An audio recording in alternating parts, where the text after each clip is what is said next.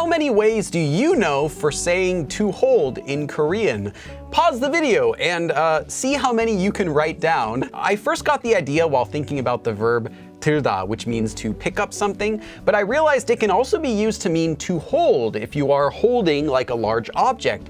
And that started my journey down a small rabbit hole of a bunch of different verbs that I realized could mean to hold when translated. So let's talk about all of those today. First of all, let's talk about 들다. This means to lift something or to carry something or hold something in your arms. So to hold in your arms. And it's often used for any large items that you're carrying. So you can have this sentence. 박스를 들고 있어요. Someone is carrying a box. This verb can also normally be used for just lifting something. So if you want someone to lift something for you, you can say 들어요, lift it. But when you're holding something, when you've already lifted it, well then you're holding it. So someone is holding a box, and this would be probably a large box. The next one we have is 가지다, or shortened often to just Kata.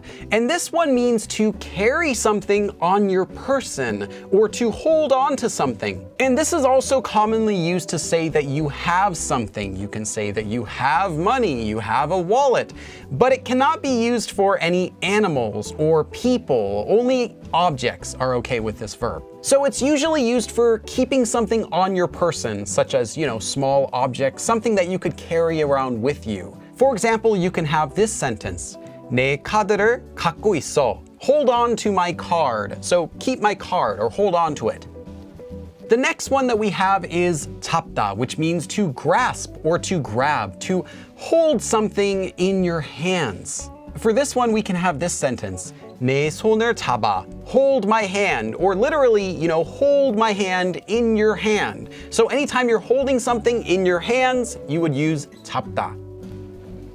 The next one we have is a little similar to 잡다, but with an important difference, and that is Chida. This one means to clutch or to grip something, as in to hold it not just in your hand, but in a closed hand. So you can say 지갑을 손에 쥐고 있어요. So I'm clutching my 지갑, my wallet, in my hand. Our next verb is Anta, and it's actually pronounced as Anta, despite being written as Anda. And this one is used for embracing, or you can think about it like to hold in your arms. So if you were holding a dog, you wouldn't say 들고 있어요, but you would say 강아지를 안고 있어요. So you're literally hugging the dog, but we would just say holding the dog.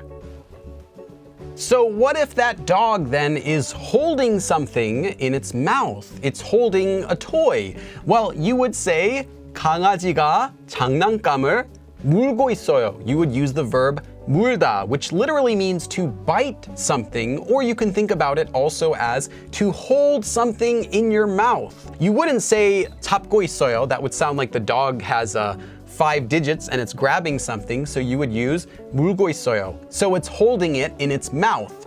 물다. The next one we have is 받치다.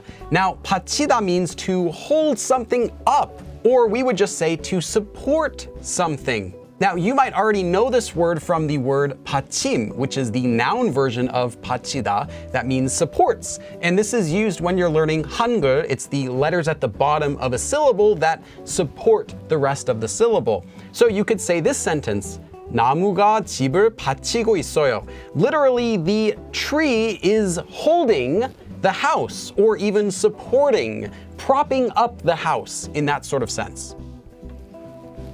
And our last verb is 가슴에 품다. Now this is pronounced as 품다.